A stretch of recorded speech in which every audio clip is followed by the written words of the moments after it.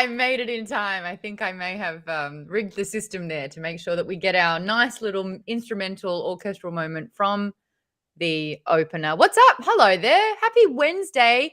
Wednesday is not hump day. It's book day around here. You are watching Nerdist Book Club live on Facebook, YouTube, and over yonder on Twitch. If you're there, give us a big hello. What are you up to? What else are you reading at the moment? Because chances are a big portion of you are reading a couple of books on the go, depending on said mood. If you are new, though, and this is your first time, a big hello to you. Introduce yourself in the chat. Say hi. Let us know what kind of books you're into and what you thought of this one. And when I say this one, I mean Fire and Blood by George R.R. Martin. We are going to venture into full spoilers here. I mean, the show's not done yet, but the things that happen in this book predict and will inform on what's to come in the show. So if you do not want the show spoiled for you, put a pin in this one and come back to it in a bit. I'd like to also announce my delightful co-host.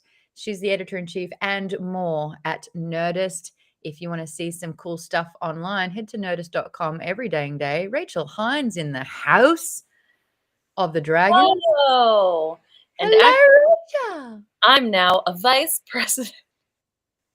Amy's our editor-in-chief as well. Oh, you're not editor-in-chief and all. She did that one. So you are VP up in here. Very important puppy. I don't know. I have to right off the bat say that I did not retain a ton from this book because it's just so many names and I just lost steam in the second half, but I'm very excited to talk about it and like the concept. But I apologize in advance for my butchering of the names and all of that jazz because it Little Grace over here. I mean, we are talking about characters that are like Visera, Viseran, Viserys, Daenerys, Daenerys, Rhaenyra. It's why I moved out of Lord of the Rings when I was a kid. I loved The Hobbit, but you get into Thorin, like just the deeper you go, it just I lose track. I agree with Avery. If anyone is in Florida, we hope you're okay. If you needed to evacuate, that you did so, or if you have family there, we're thinking good thoughts because it's very scary. Absolutely. Stay safe. I know a couple of our regulars are having some issues with power at the moment. So yes, absolutely. Please stay safe with that one. So let's get stuck into it. It's interesting that you said that you lost wind in your sails reading the second half of this book. I found like if I could do a visual representation of my interest and my retention here, it would be like a graph like that, which is in the middle of the book. Very, very interesting because I can put a face to these names and we are currently living through the events on screen. But Aegon the Conqueror and Maegor, I really didn't retain too much about that. And then, the last moments of Aegon II going into Aegon III, again, it didn't really pertain to what the show was about. So my retention was a little dwindly. So I think majority of our conversation will kind of express what we talked about last week, and it will be the crux of what this show's about. We are going to be doing some comparisons. Already there's differences from the book to the TV, and we might go into some of those details. Aaron in the comments said, I quit from last week just because it felt like a slog to get through after that.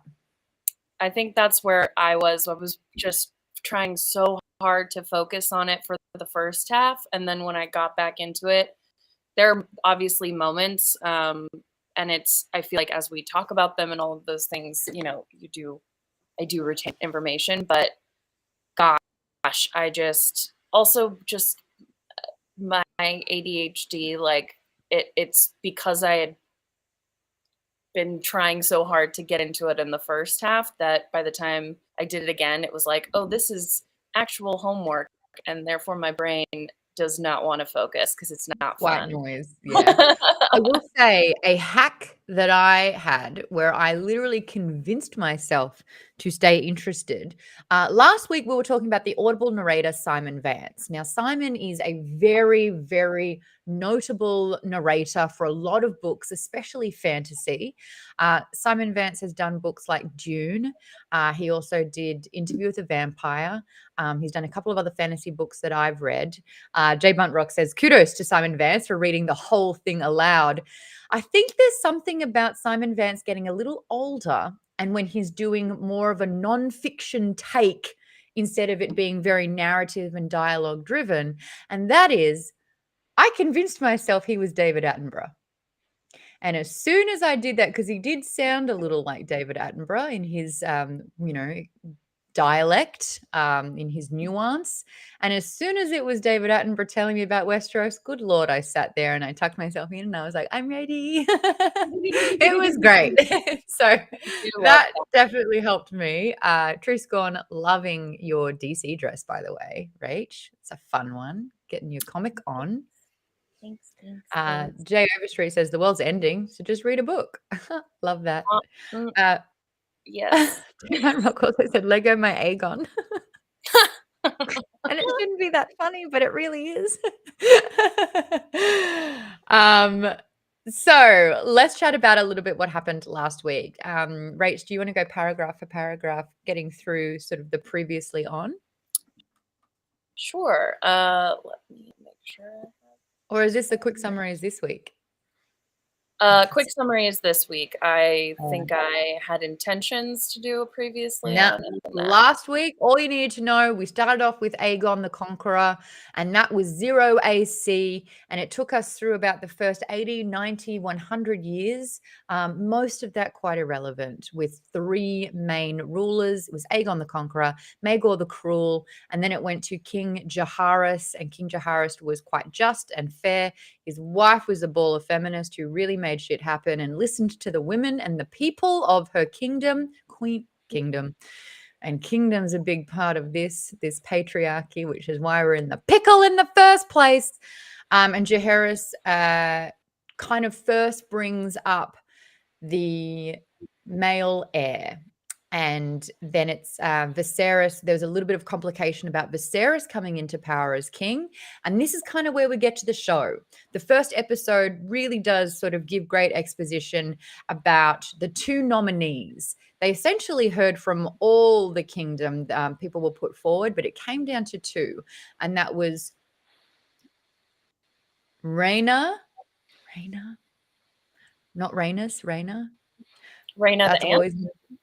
Yes, Rhaena, the queen that never was, and Viserys, who ends up becoming king. And from this sort of tectonic plate, kind of locked in that the male takes the heir.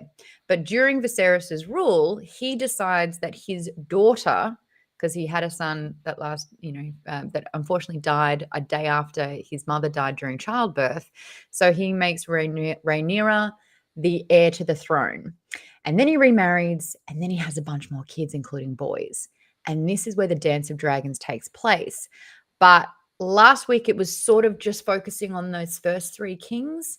And we got a little glimpse of what happens in the show when we started learning about these characters and who the Strongs were, who Sir Criston Cole was. But now we really get into the thick of Dance of Dragons and beyond. So let's talk about the second half of this book, Rach. Yes. I have also a theory to share, but that's for later. So the Dance of Dragons is just about to start.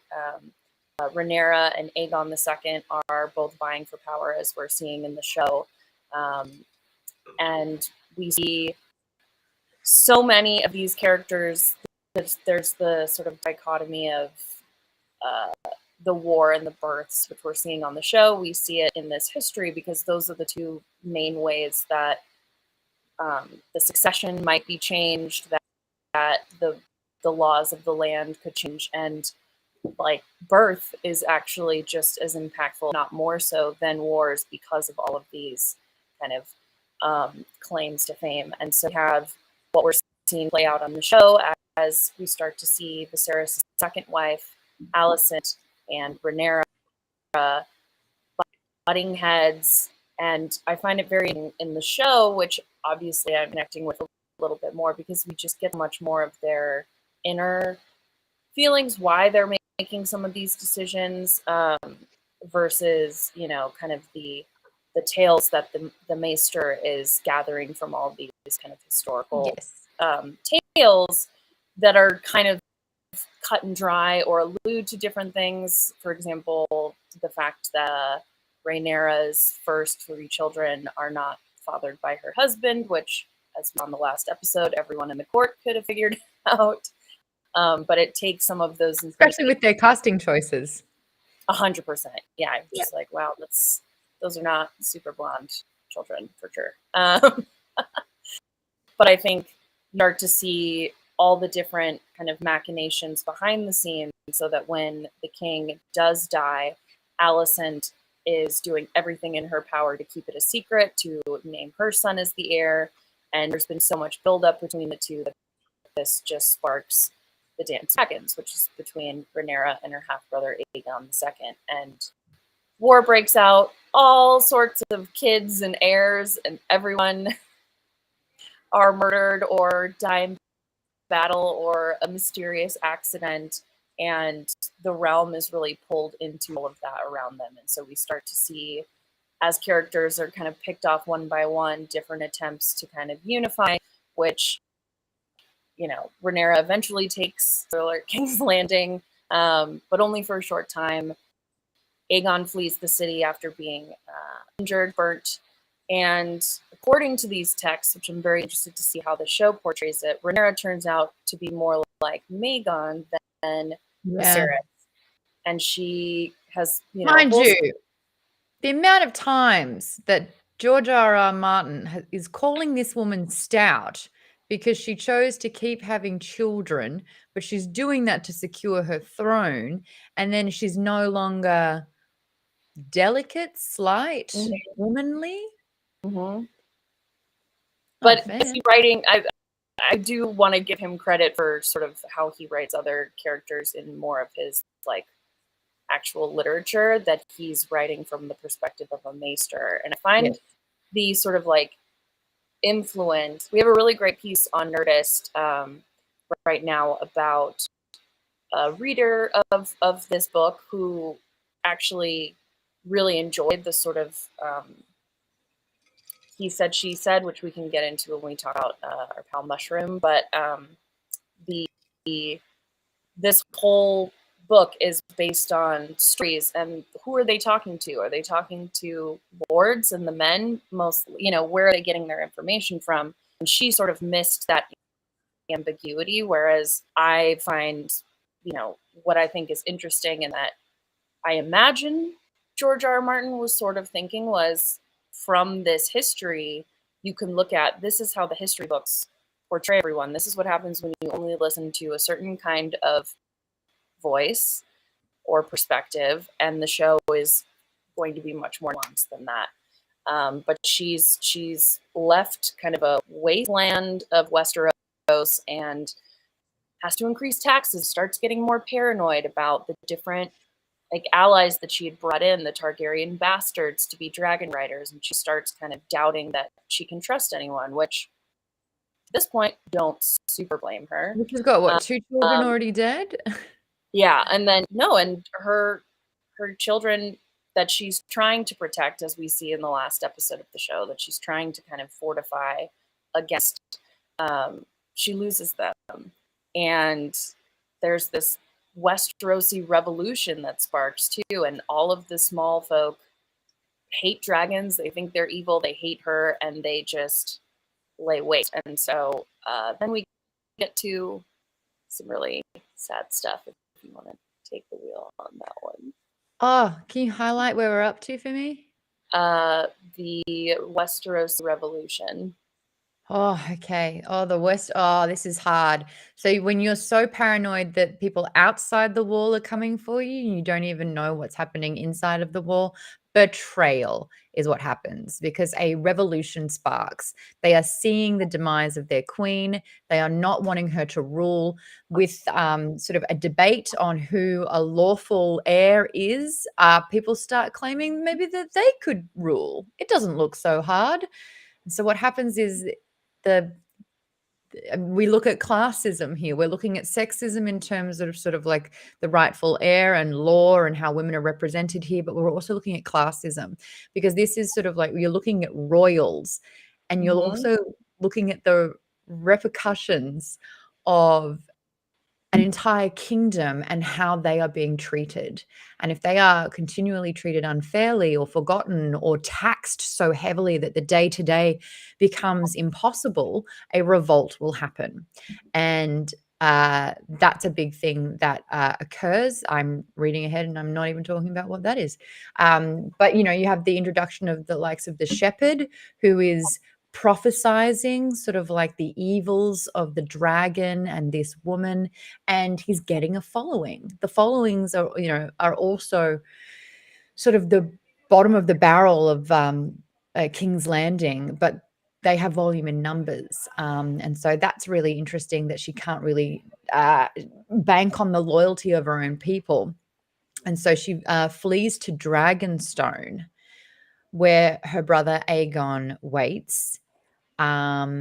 He's being held captive, and she doesn't know it. And the people that are taking her, two of them are unaware, but the rest of them are very, very clued in on what's happening.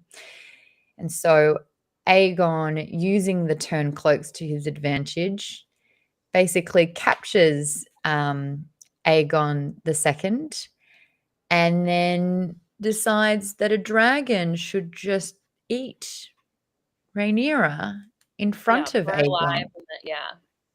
burned and devoured.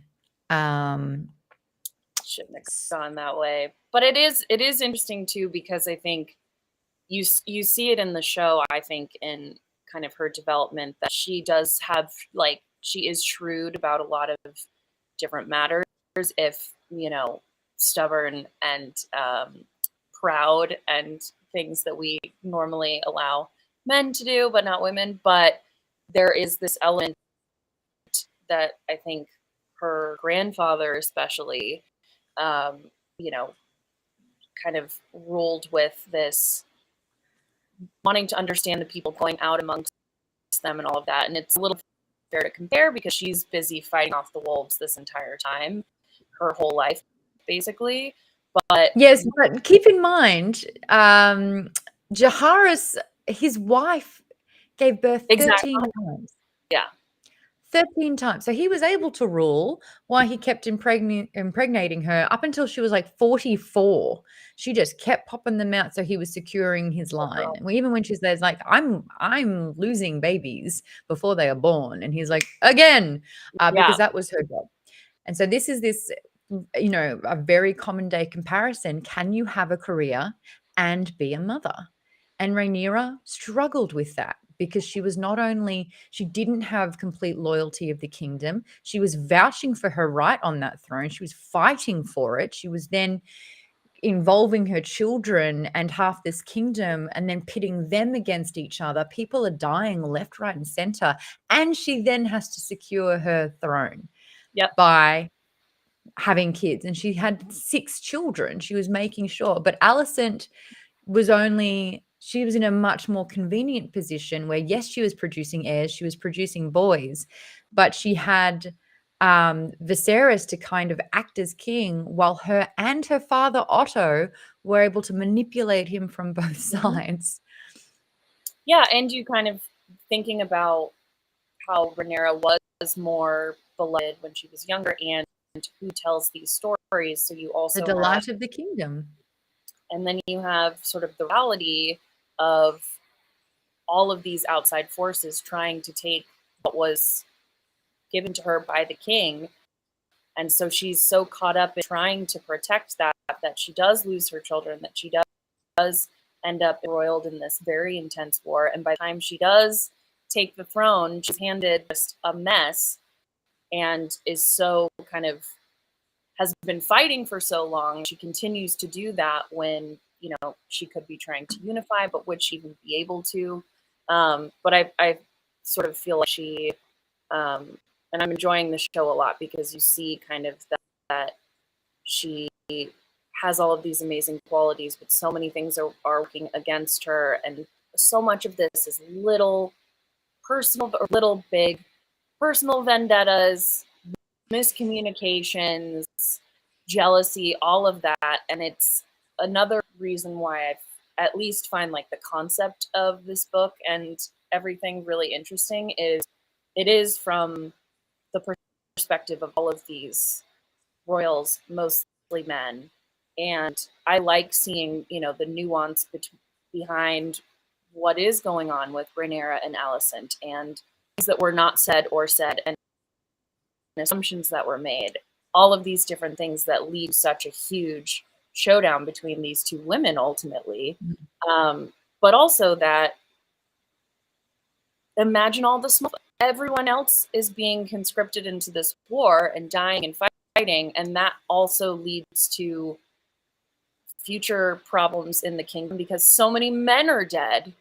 Yes. And so you have the widows, ruling their house because all the lords were murdered. But I also think like the show did a good job out of foreshadowing some of that when you have Daemon going to fight against the crab mask. Yep. You know what I'm talking about.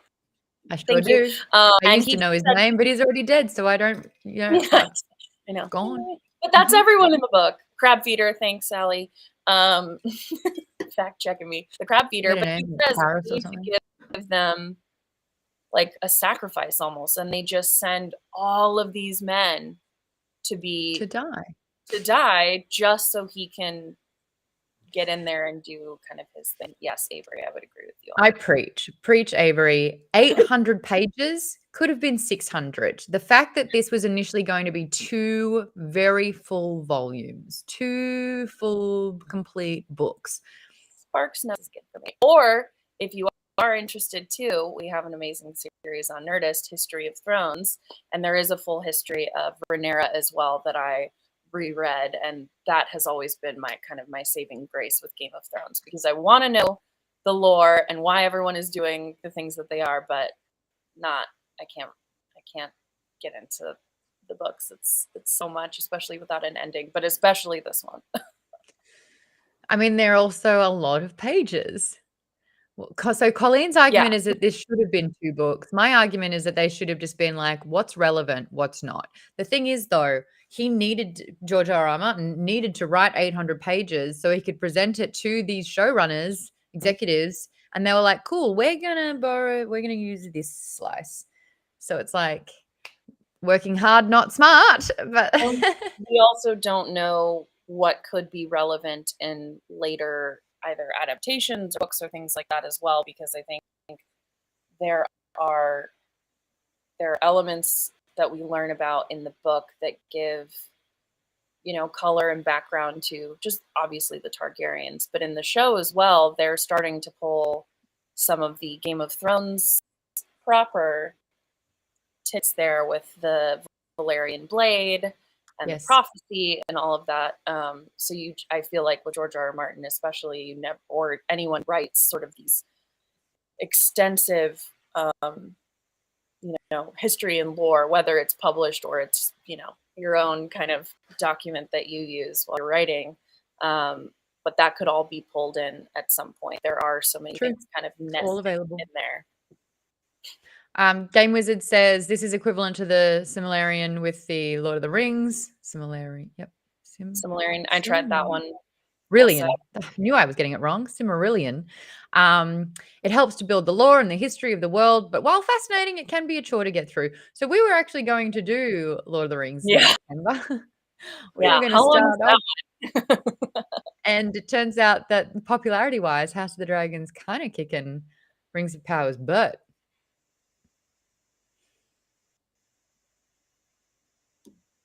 And that's the tea. So that's all I'll say on that. We actually have a lot of talking points, like sort of concise moments or key parts of this book. But to get through sort of like the linear story here, the timeline, Rhaenyra has just been burnt and consumed by a dragon.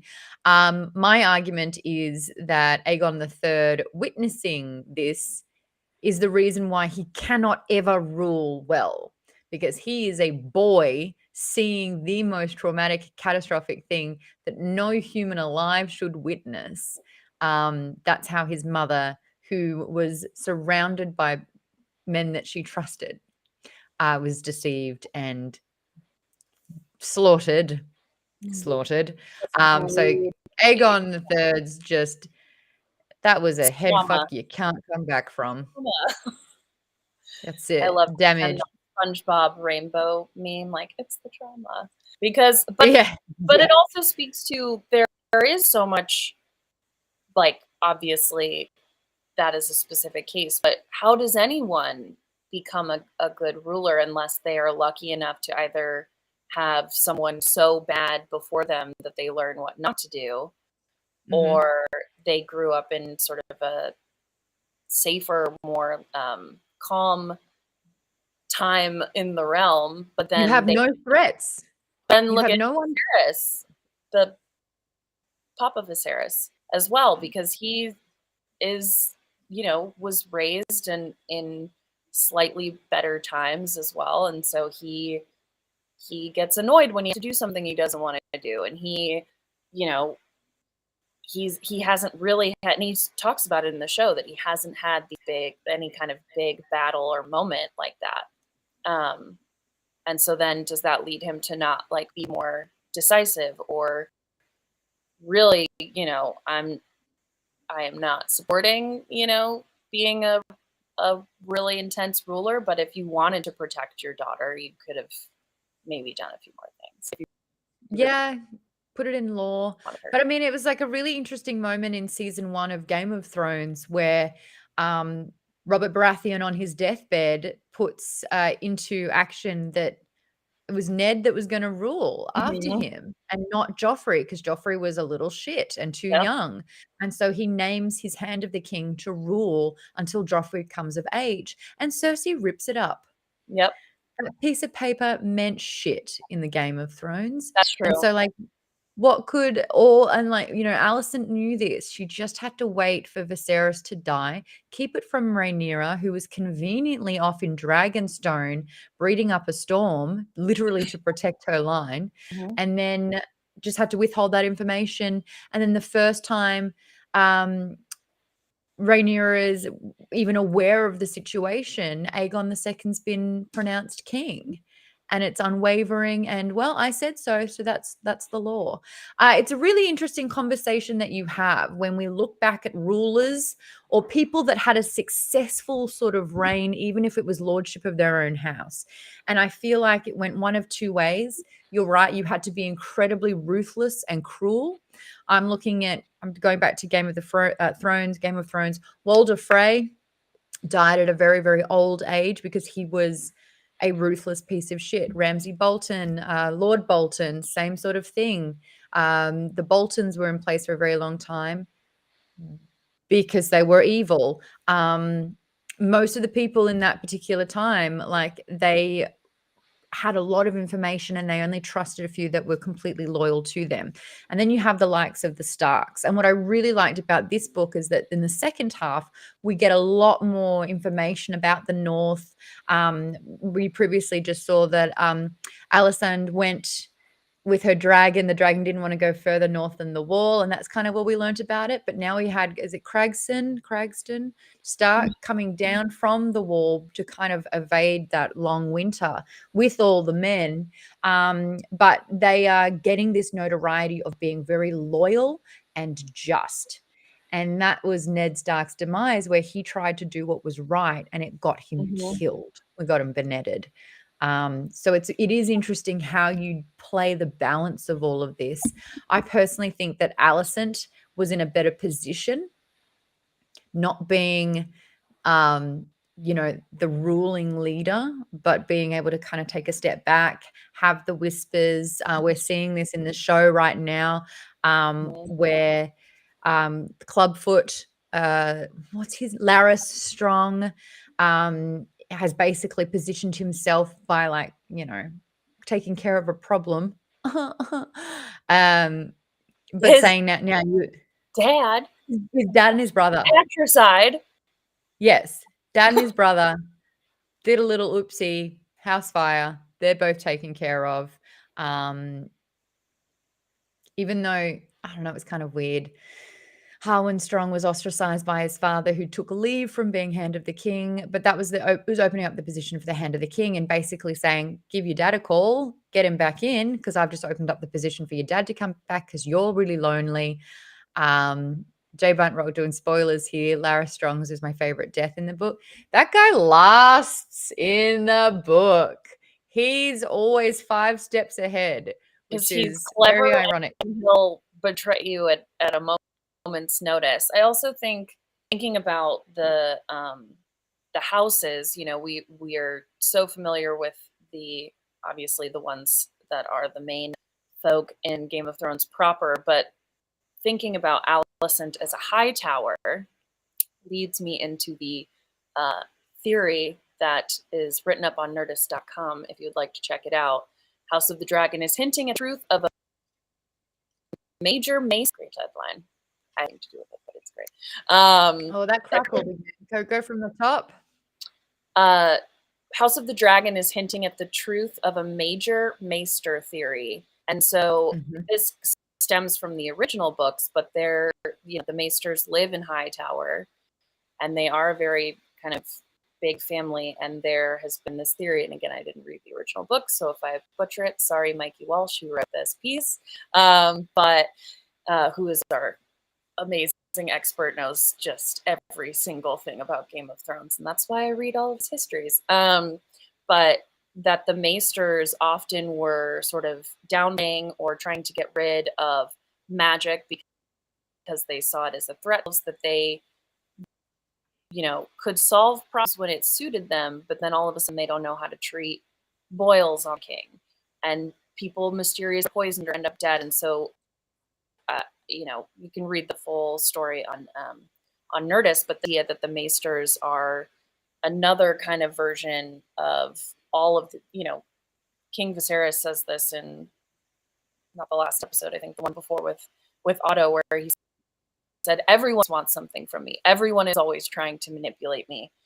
And so I think they have this long game. So I find it super interesting that the history is written by a maester and that they're the ones telling this story and having their own, slant to it, when maybe there's more going on there that meets the eye. And maybe, when kings end up mysteriously things like that. Yeah, exactly. There it is. And you know what? Whether or not it was them, they do succeed. And it does happen that dragons go away. It's not their fault. Really interesting as well. 2 episodes ago, when King Viserys is getting his cuts treated, he's sitting on the throne and it is cutting him, and they're not healing. And you have a younger maester who has basically established medicine that's going to help sort of the healing process. But the maester, who's a senior position, says, no, we're going to continue doing the thing that hasn't worked. We're going to use maggots to eat the dead skin. And he's like, please use the medicine. And they're like, no. So ding, ding. I think Viserys was supposed to die a lot sooner than he did. Yeah.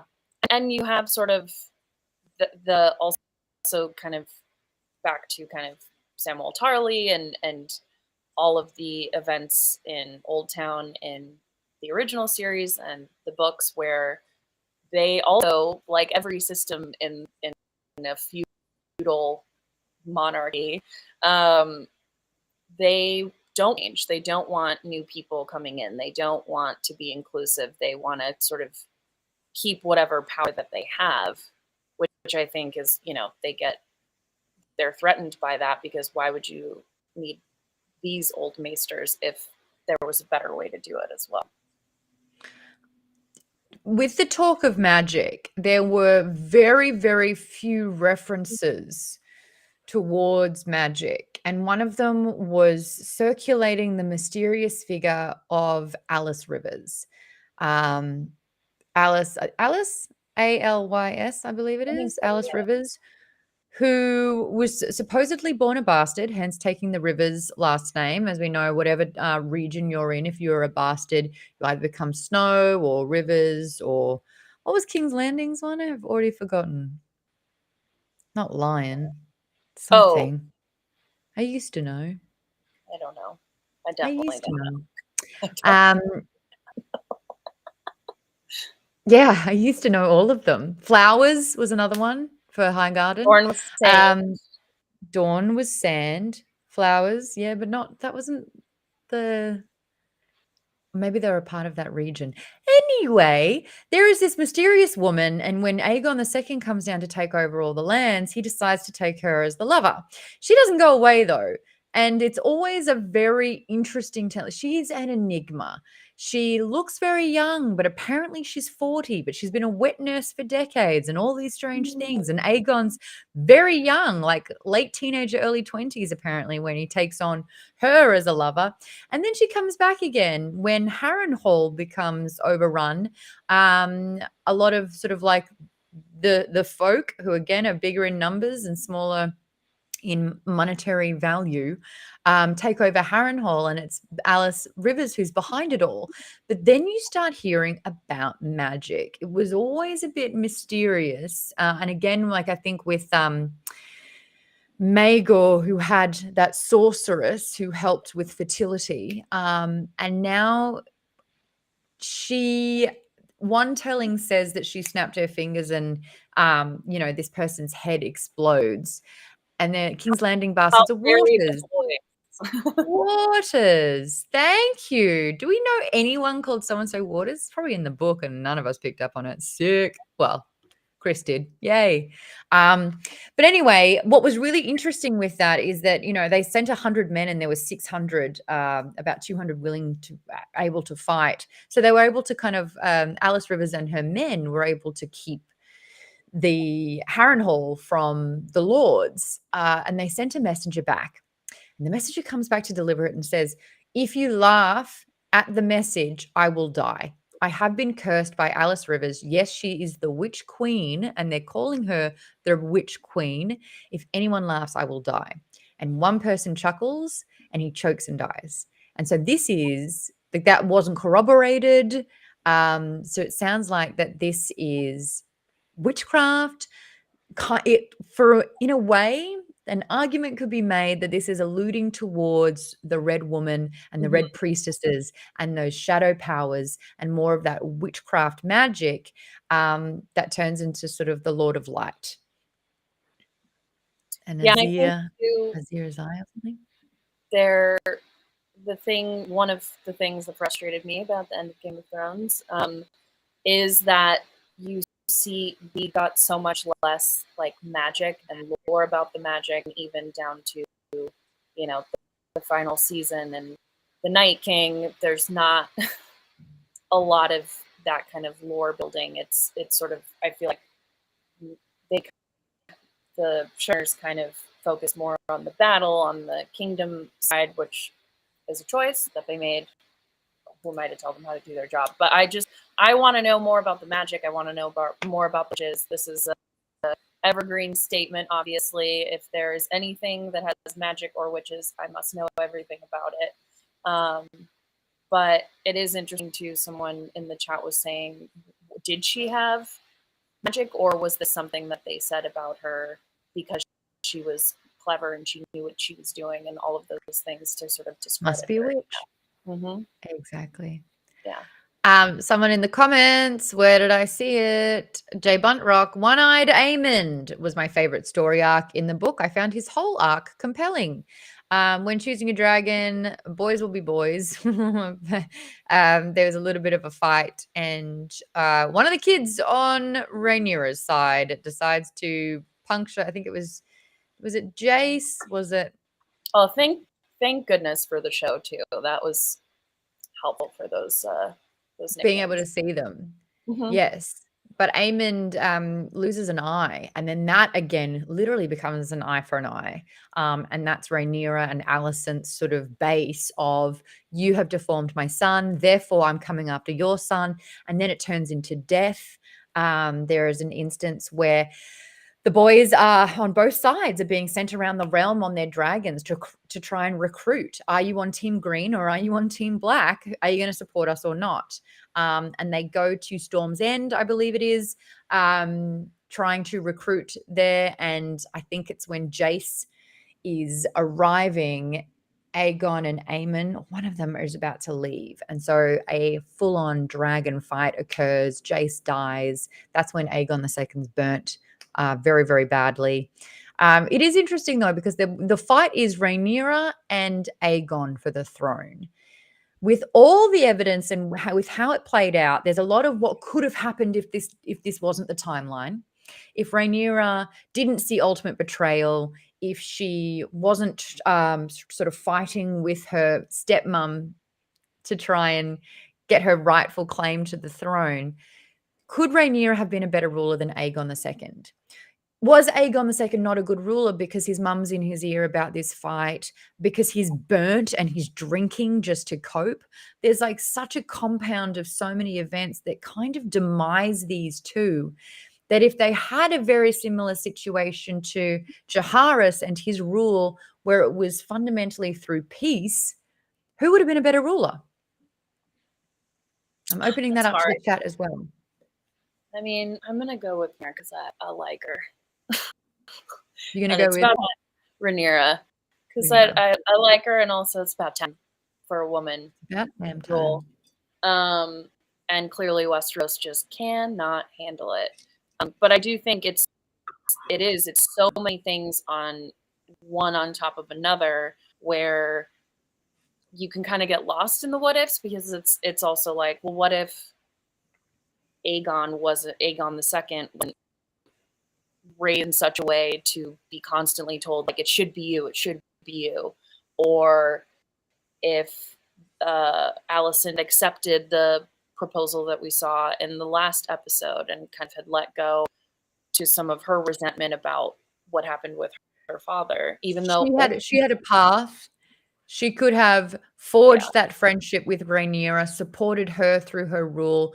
And like initially these boys were all friends. They were fighting together, and it's the influence of those above that created this tension. But in another world, you're absolutely right. Alicent could have doubled down and supported Rhaenyra, who initially was supportive until Otto came in and said, hey, if it's Rhaenyra, she's going to kill your kids. That is an assumption. And an assumption makes an ass. If you assume, it makes an ass out of you and me, or in this case, Regicide City. And she passes that on to Aegon as well.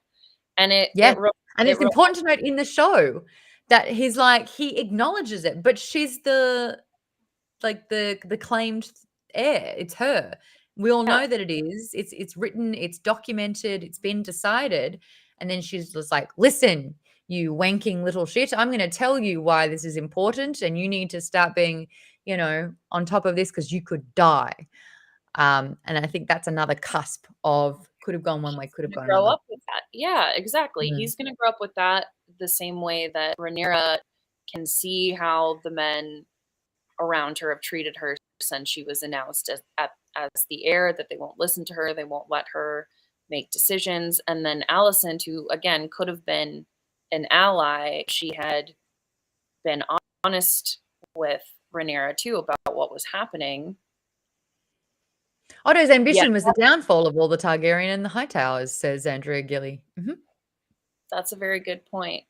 And I think also Viserys' kind of willful ignorance about so many things that he just seems very passive in the way that he handles these things. He's like, well, so people just listen to me, as if monarchies aren't full of bloodshed and other claims to the throne. And I think the answer to which style of leadership ruling would be better, neither, because monarchies are bad. Yeah. Damned if you do, damned if you don't. Yeah, it's a lose-lose because it's similar with, kind of in the United States politics, preconceived notions have obviously gone out the window in recent years, but you do see like society anywhere that there are these kind of cultural, social shifts between, peace and war, between,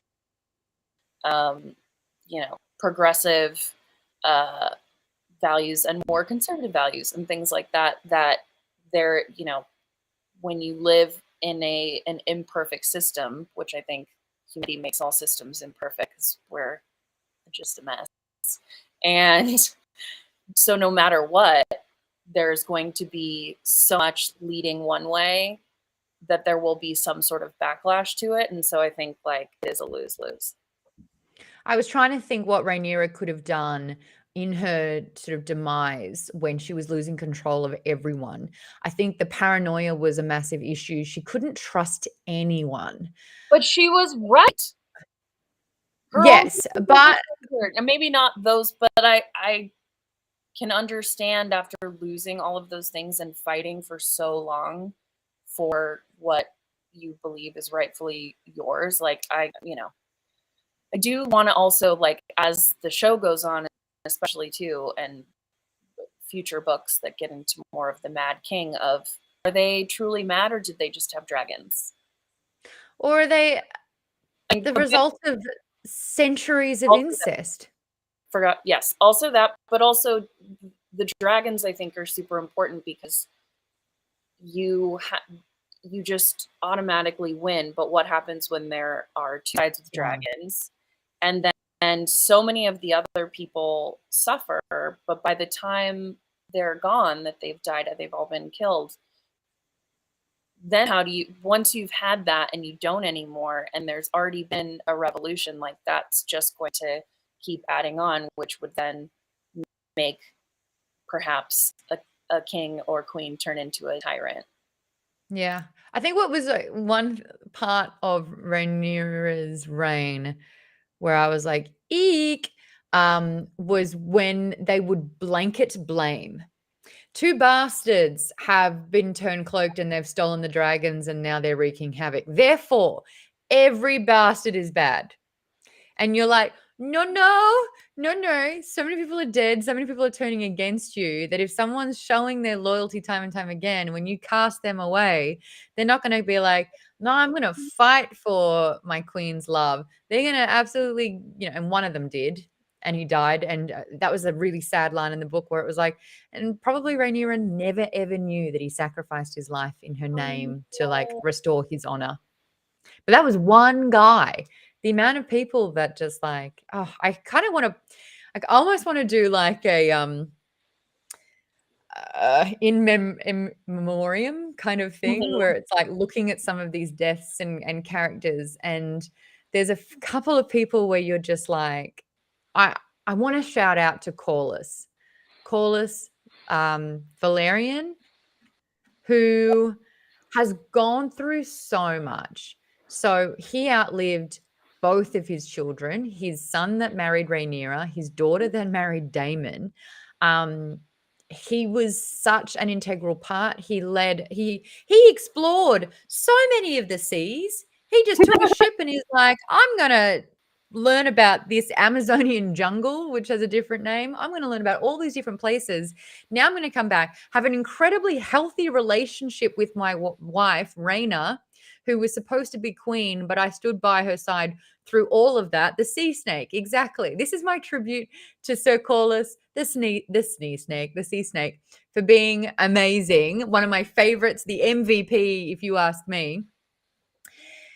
He then stands by Rhaenyra and her reign, all the while getting sent to the dungeons because apparently he was going to be a traitor. He lasted through that. Then they completely dismissed all of his what they basically sent him to the dungeon for. They were like, no, actually we need you and your ships and you're still great, fantastic. And then it's Laris in his ear being like, they're still going to kill you all. So he's like, cool, I guess I'm going to play this game now as well. Then he's back in the dungeons. Then he's back again.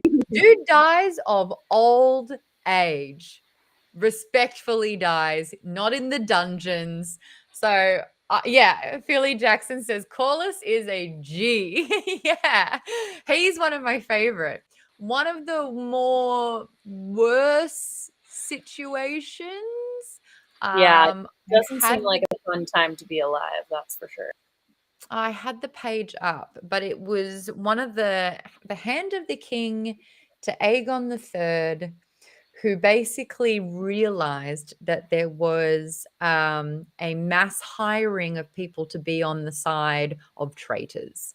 And he sets out to try and find the answers. And basically, because he was outnumbered, he gets sent to be tortured and then comes to Aegon III to confess, being like, actually, it was me who poisoned the king. I was behind it all. I did all these awful things. And the reason why he's slurring his words is because all of his teeth got removed because he was tortured so badly. And Aegon III's one time where he really, really shone was he saw through the deception and the bullshit. He realized that the Hand of the King was tortured to confess a falsity, and then started pinpointing who was really out to get him and was able to cleanse the area. Mm-hmm. Unfortunately, though, even though he did nothing wrong, he was not able to do his job after withstanding so much torture that they had to dismiss him. What's so his name? sad. It was like Unwin or something. I think it was like Lord Unwin Yeah. Tyrande was another one, Lannister, where you just like, man, you got tortured and got made redundant because you're in the wrong place and someone had more power and used you as a scapegoat. Mm-hmm. Oh. Aaron says not many people in the Game of Thrones world can die of old age. Thierry is saying that the betrayal all started with Sir Criston Cole. So Talk Criston about Cole. Rhaenyra likes hotheads, apparently, who just blow their own shit up. Okay, so that's why she liked Sir Harwin Strong. That's what I'm and saying. It's really not. He gets provoked and just that causes. Dude has anger issues. I can break down this whole Sir Criston Cole / Sir Harwin Strong love triangle, all this kind of stuff. So Criston Cole has a large dose of audacity. And what I loved about the show is that Rhaenyra has been rejected by her uncle, is trying to get a sense of her womanhood and her ownership of her own body and targets Sir Criston Cole. There is a moment where you have like 30 steps towards making the decision, yes, that he's going to do it, where he questions what he's doing. You see Sir Criston Cole weigh up these options. This is not discussed in Fire and Blood. Armor. And the whole time he is going over this, he's going over the implications of the decision. He's weighing everything up and it is weighing on him big time. And he decides that he was going to absolutely break his vows and pleasure the queen to be. And when he realizes that this guilt that is eating him inside, that if anyone finds out, he will be killed. And so the audacity part is he goes to Rhaenyra and said, hey, let's let this be love. Let's get married. Let's run away because I can't face my guilt of my decisions. And I'm asking you, someone who's going to inherit the crown and rule 7 kingdoms. And be the first woman to do it. I'm going to put my shit on you because I thought with my dick. Yep. I couldn't help it. And now that guilt and rejection of you not trying to soothe my guilt means I'm going to confess without even really directly being asked. And of course, we see this 180 change where he tries to kill himself. Alicent sees it, says, don't die. Why don't you play for Team Green instead? And good Lord, Sir Criston Cole becomes a little shit after that. God, which sucks. truly. And then in comes Sir Harwin Strong. There are two moments in the show where you realize he's crushing on Rhaenyra big time. And that is during the feast of the first Aegon's first name festivities, where Rhaenyra comes back with the slaughtered boar, and he's just like, shit-eating grin. This is awesome. You're amazing. And then at the wedding with Rhaenyra to Laenor, where the fight breaks out because Sir Criston Cole realizes his secret. Someone else knows it and someone else can hold it against him. So he beats his face off, no face, gone. Truly off. Yeah, it's in the wedding. So this guy who's got, like, trying to retain his honor just shits the bed with violence. And when everything causes chaos and goes crazy, first thing that Sir Harwin Strong does, who's called Bonebreaker, I believe. That's his nickname because he's so strong. Pushes everyone out of the way. His priority is to actually save the princess. And so if you missed those moments in those 10 years, they get the funky on and end up having 3 children together, none which look like Laenor. And because it's hot gossip around town that her children, who should have purple eyes and blonde hair, and in the show's case, darker skin, they're white boys of very plain looks with very dark, like brown curly hair. And it is obvious that Rhaenyra is not producing legitimate heirs, that they are all bastards. And that is another piece of the perfect storm that causes the Dance of Dragons. Thank you for coming to my Ned Talk. I'm Lord Garrett. amazing. Well, we still have so much to talk about, which we're going to get to on the after show shortly. But before that, we're getting some ratings in the chat. I'm going to go with 2. I would have rather read slightly more condensed version. Like, I just think the style plus how long it was and all of the names was tough. But hey, that's what History of Thrones on Nerdist is for. That's how I learned. True. We got a 3 from J Bunt Rock. Stargirl gives it a 2 out of 5. Philly gives it 3. Cherry gives it a 3.75, which is the highest I can see. Colleen gives it a 3. Jimmy gives it a 2. There you go. Shuri King says, see, Cole embodies the good guy trope. Nice guy. Yeah. Ian Why gives it a 3. Did you make me do this? I gave up my honor. Why did you make me do this and then make me have to kill the other guy? Why did you make me? No. No, Own sir. your shit. And so then he's like, well, I guess this is me owning my shit. David says 2 out of 5 for the execution, 4 out of 5 for knowing more lore now. Yes, I feel more powerful. I'm going to be that person when it comes to the show, and I can't wait. I actually did All Kings Considered, having not read Fire and Blood, and I predicted quite a lot of what happens with Rhaenyra's love life. I called it. Like 3 out of 3, actually. Oh, amazing. I love Thank it. you. I was like, I don't know. I'm feeling like Sir Criston Cole's going to be something like that. That feels like it's leading up to something. But personally, I think Laenor would make a great king. And so I think that they're going to be betrothed.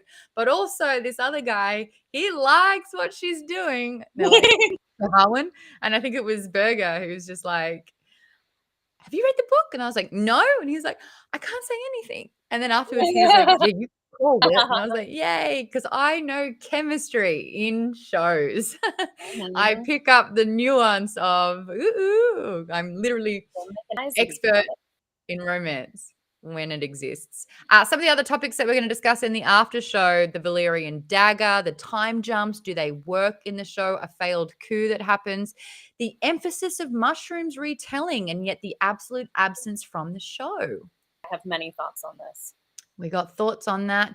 We're going to talk about how dragons changed the way Targaryens rule.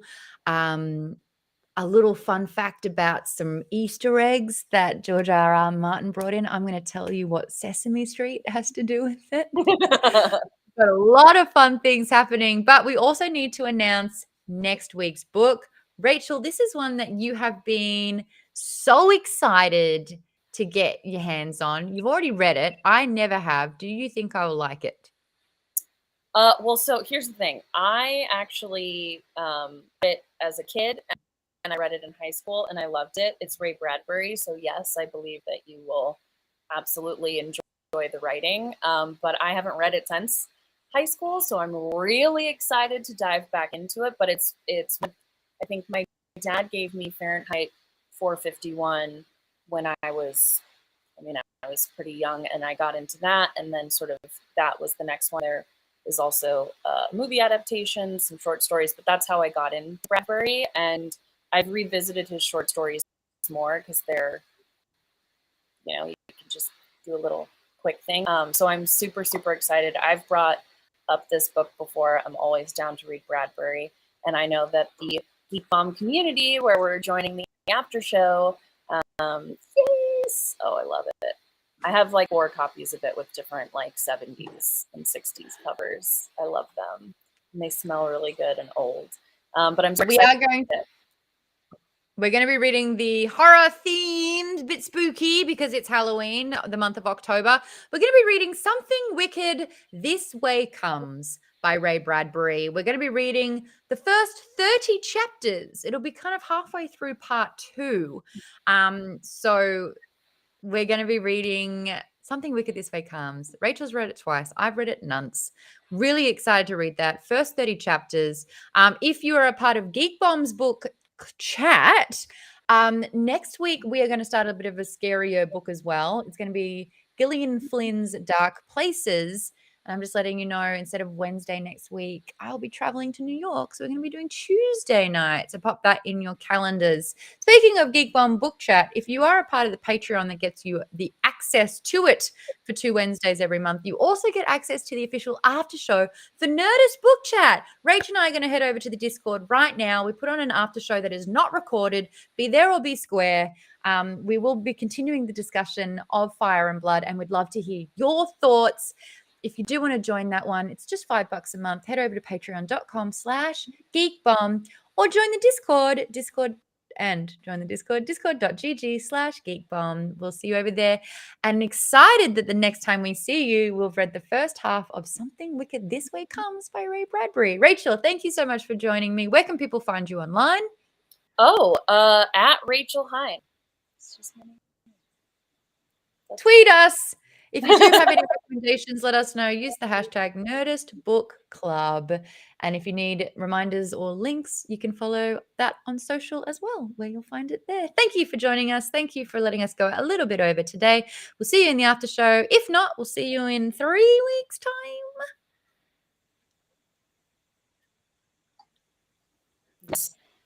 Yes. We'll see you in October. The 19th. Yes. Bye, everyone.